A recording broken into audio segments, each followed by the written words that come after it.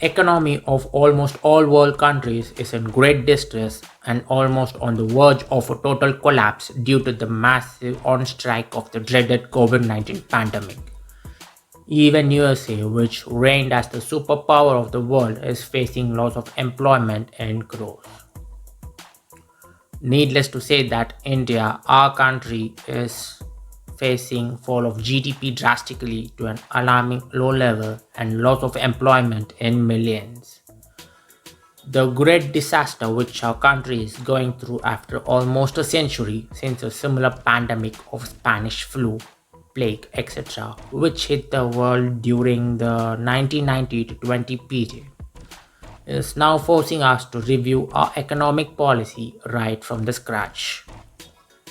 In the past 2 decades, especially after globalization from 1990 onwards, Indian markets were opened up to MNCs as per WTO agreement. This resulted in flooding of Indian markets with majority of imported goods and services, starting from small toys to cars, electronics, consumer durables, and even our food culture was dominated by MNCs like KFC, Pizza Hut, etc. Our young graduates were predominantly hired by IT sector industries, working round the clock to serve foreign companies, business processes, and projects.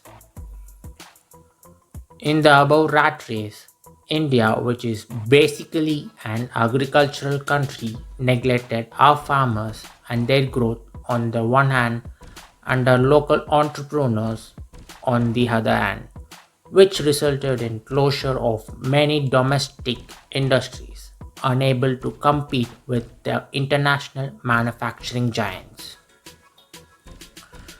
The Indian exports were steadily falling down, placing us in an enormous trade deficit, especially with China.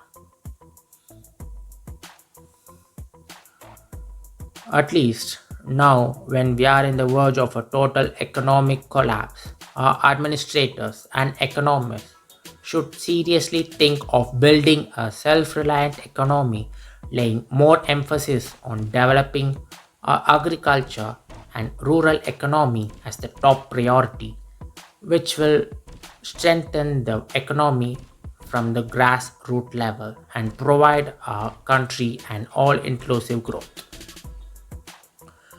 On the industrial sector, Make in India scheme should invariably include the transformation of technical know-how to our country, rather than merely leasing out our men, materials, and infrastructure. Any new project which is hazardous to our environment and will result in the depletion of scarce natural resources like groundwater, deforestation, etc., should never be allowed as a matter of policy to protect our nature and Mother Earth for use by our upcoming generations. A holistic approach for a well planned and scientific water usage throughout the country should be developed on a war footing.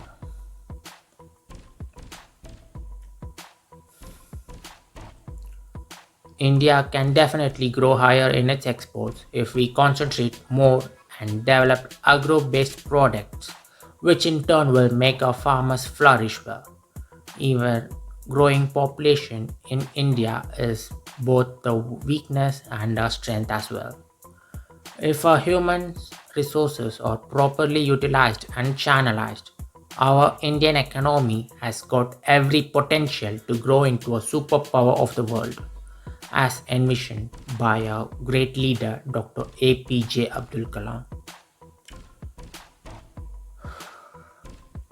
Any more questions? Please do subscribe and press the bell icon for instant notifications. Thank you.